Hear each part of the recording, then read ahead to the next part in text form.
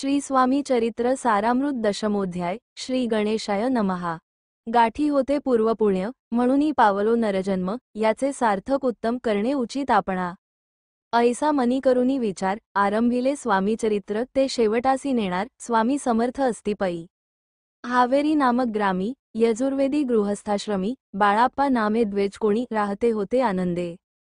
संपत्ती आणि संतती, अनुकूल सर्व तयांप्रती, सावकारी सराफी करीती, जनी वागती प्रतिष्ठित। 30 वर्षांचे वय झाले, संसाराते उबगले, सद्गुरुसेवेचे दिवस आले, मती पालटली तयांची। लटिका अवघा संसार, यामाजी नाही सार, परलोकी दारापुत्र कोणी नये कामाते। इहलोकी जे जे करावे, परलोकी त्याचे फळ भोगावे, दुष्कर्माने दुःख भोगावे, सत्कर्मे सौख्य पाविजे। बाळाप्पाचे मनात यापरी विचार येत, सदा उद्विग्न चित्त, व्यवहारी सौख्य वाटेना।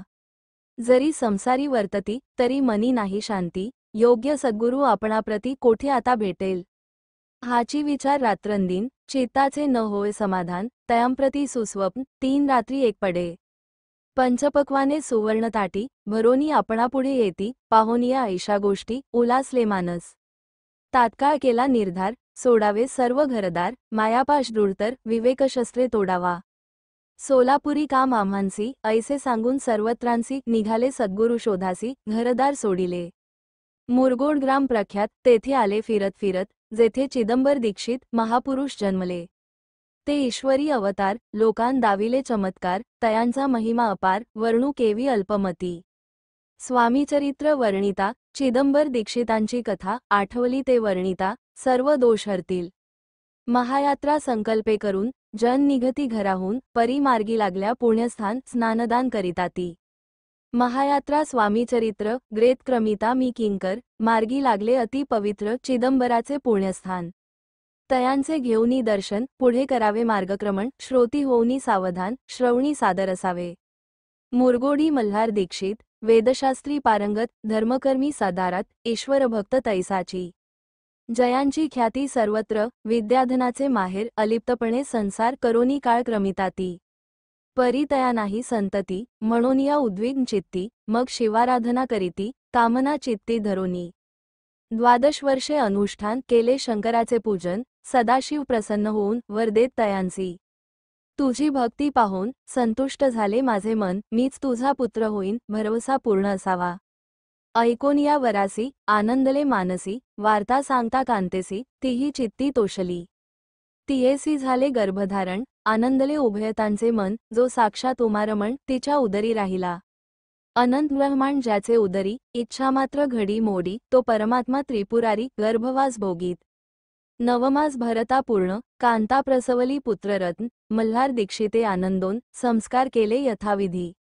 चिदंबर नामाभिधान, ठेविले तया लागून, शुक्ल पक्षी शशीस्मान, बाळ वाढू लागले। प्रत्यक्ष शंकर अवतरला, करू लागला बाललीला, पाहोनी जनी, जनकाला कौतुक अत्यंत वाटचे। पुढे केले मौजीबंधन, वेदशास्त्री झाले निपुण, निघंट शिक्षा व्याकरण, काव्यग्रंथ पढविले। एकदा यजमानाचे घरी, व्रत होते गजगौरी, चिदंबर तया अवसरी, पूजे लागी आणिले।